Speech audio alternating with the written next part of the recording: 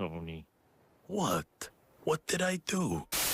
What the f*** is going on with AEW? When we think they've gotten over one controversy, up pops another one. Of course, I'm talking about what happened on Dynamite this past Wednesday. The Young Bucks showed CCTV footage of the backstage fight between CM Punk and Jack Perry at All In at Wembley Stadium. And that's what we're going to talk about today. But before I give you my thoughts on that mess, I think we should go back a bit to where this all started. We go back to All In at Wembley Stadium on August 26th, 2023. Probably one of the biggest shows in wrestling history. I know, because I was there. Look at me with my little drinky poo there. I thought this show was an absolute banger. Personally, I thought FTR and the Young Bucks were the match of the night. That's a bold statement. But what we're talking about all started on the pre-show, when Jack Perry defended the FTW title against Hook in a no DQ match. One of the spots was Perry being dropped on the back window of a car, which led to Perry saying, then crushing Real glass! crushing the Go cry abdomen. me a river.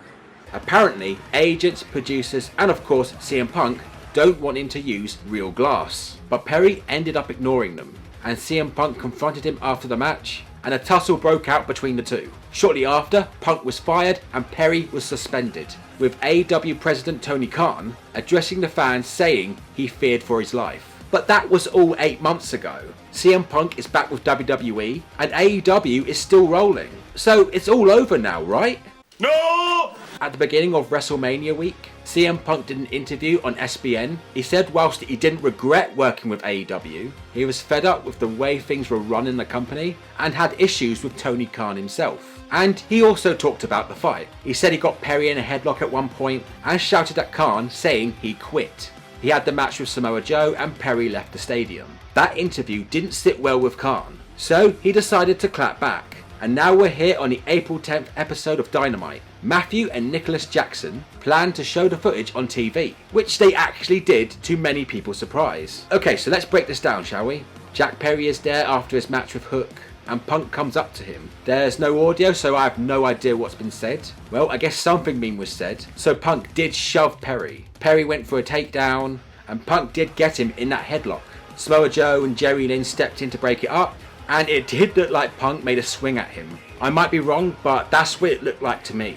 Then Punk verbally lays into Khan, who was sitting at the desk next to them. And whilst it did look like Punk was aggressive towards him, I doubt he was going to put his hands on him. And I think Khan may have over-exaggerated. So who signed off on showing this footage? Well, it turns out it was Tony Khan's decision. And after showing that on television, all I have to say is, what the fuck were you thinking? You stupid bastard! You basically pooed? Well, it kind of looked like that when he went after him. You basically proved CM Punk right. But let's not get it twisted here. CM Punk and Jack Perry were unprofessional. And I agree that CM Punk should have been fired for that. This is a second incident where he was involved in a fight. The first one happening after the all-out scrum the year before. And no, he shouldn't have said the things that he said at the scrum. Again, totally unprofessional. They couldn't have him around after that. So yeah, I think they made the right call.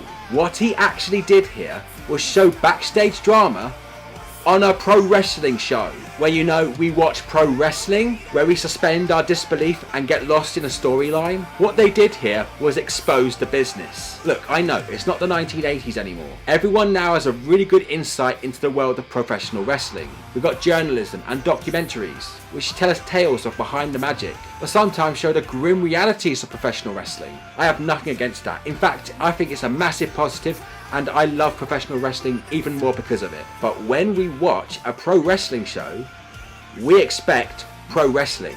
Yeah, no shit. Not some petty drama. And in an attempt to get one over on someone, you end up owning yourself. Congratulations, you played yourself. And it looks like you're dragging everyone down with it. This is my personal opinion, and if you disagree, I totally get it. But Tony Khan should be only doing one thing, and that is signing the checks. He should have no part in creative or backstage management. Look, I know he's been a part of some brilliant shows, and he's put on some fantastic matches, but I'm going to be honest, some of the stories are just crap. There's no build to them, they just come out of nowhere and hopefully you enjoy it. We expect a little bit more than that. From what I'm hearing, it's just week to week booking. And when it comes to backstage management, it's a f***ing joke. I mean, look at all the drama that's happened over the past couple of years. Sammy Guevara and Eddie Kingston, Jamie Hayter and Thunder Rosa, and of course the fight between CM Punk and the Elite, just after the all-out scrum show. He just sat there and did nothing while he spouted that. There's nothing there that shows me authority. He's supposed to be the boss, but he just looks like a guy who needs his hand held when he goes to the bathroom. And I'm not giving WWE a free pass here, because all that stuff that's been going on with Vince McMahon, that's just genuinely disgusting, because that should definitely be called out on. But here's the thing, AEW is still a young company, and so many things have gone wrong already. And now with this happening, they might not be able to recover from this. And if they keep going at this rate, AEW won't be around much longer. Am I exaggerating? Probably. I hope I am wrong. Honestly. But there was a company over 20 years ago with the same problem. Terrible booking decisions, backstage politics, and talent jumping ship. All leading to the company shutting its doors for good. Again, it might not go down that way, but if you compare Tony Schiavone's reaction on this week's Dynamite to his reaction at Bash the Beach 2000, it's very telling, isn't it? And that's the other thing, they have so much talent that they don't know what to do with. There are some big names in that company that I've completely forgotten about. We're talking guys like Matt Sydal, Danhausen, so I'm not surprised that I keep hearing talent are not happy at that place. This is why I'm glad that Andrade left to go back to WWE, because let's be honest, AEW have done shit with him. But in saying that, AEW have still got some amazing talent. Shane Strickland, Tony Storm, The Acclaimed, and its recent signings of Mercedes Moné, Okada, and Will Ospreay. They can still make this work. I don't want to stop watching AEW, and I want this company to succeed. And I know Tony Khan loves the wrestling business. I can see it in his face. I know he's passionate about this. And just because you love the business doesn't mean you know the business. And in my opinion, again, you can disagree and that's totally fine, but one decision has to be made. Tony Khan has to go. In other words, do one, Tony. And those are my thoughts on the AEW backstage thing. What do you guys think? Do you think Tony Khan has done more harm than good? Or has he done the complete opposite? Do you agree with me? Do you disagree with me? Comment down below and let me know, because I really would like to know. And that's about everything for today, my friends, and thank you so much for tuning in. I hope you enjoyed this video. If you liked what you saw, make sure you like, share and subscribe, hit that bell for notifications, and follow me on Facebook, Twitter and Instagram. I've been Titch. I'll see you guys in the next one. Take care.